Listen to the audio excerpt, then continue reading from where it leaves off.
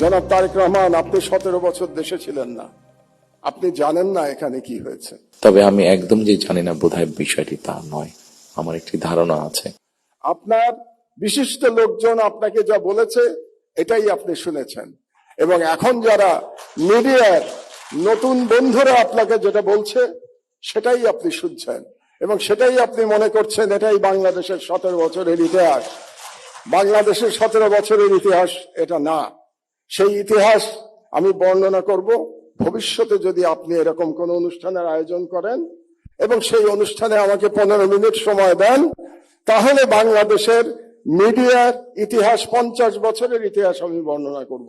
আমি দেশে অনেকদিন থাকতে পারিনি, কি কারণে সে প্রসঙ্গে গেলাম না, আপনাদের কম বেশি ধারণা আছে। তবে সারাক্ষণই দেশের সাথে আমার যোগাযোগ ছিল।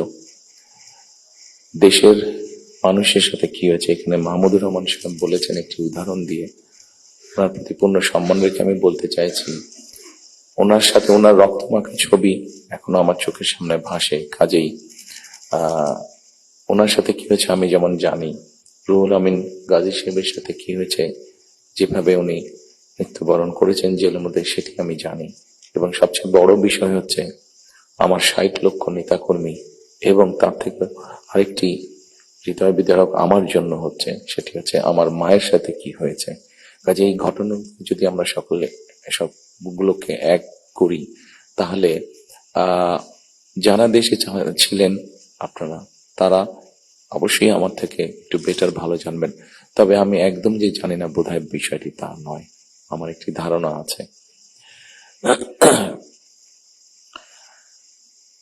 সম্মানিত উপস্থিতিবৃন্দ, যে কথাগুলো প্রায় সকলেই বলে গিয়েছেন, এই কথাগুলো যদি আমরা আলোচনা করাই যাবে অনেকক্ষণ ধরে। আপনারা আপনাদের মূল্যবান সময় ব্যয় করে এখানে এসেছেন। আমি এই কথাগুলোর মধ্যে থেকে একটু সরে এসে কিছু কথা বলতে চাই।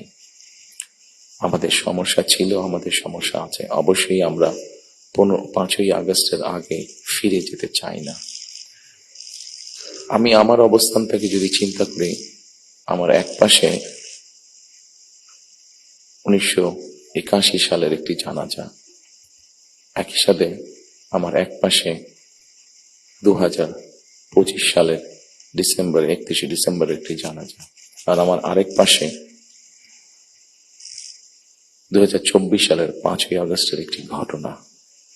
কাজে আমার মনে হয় এটি শুধু বোধহয় আমার একার জন্য নয়, যারা আমার দলের নেতা কর্মী সদস্য এবং সামগ্রিকভাবে পুরো দেশের মানুষের সামনে বোধহয় এই দুটি উদাহরণ বোধহয় সবচাইতে বাদ বিবেচনা করার জন্য সবচাইতে ভালো উদাহরণ, যে আসলে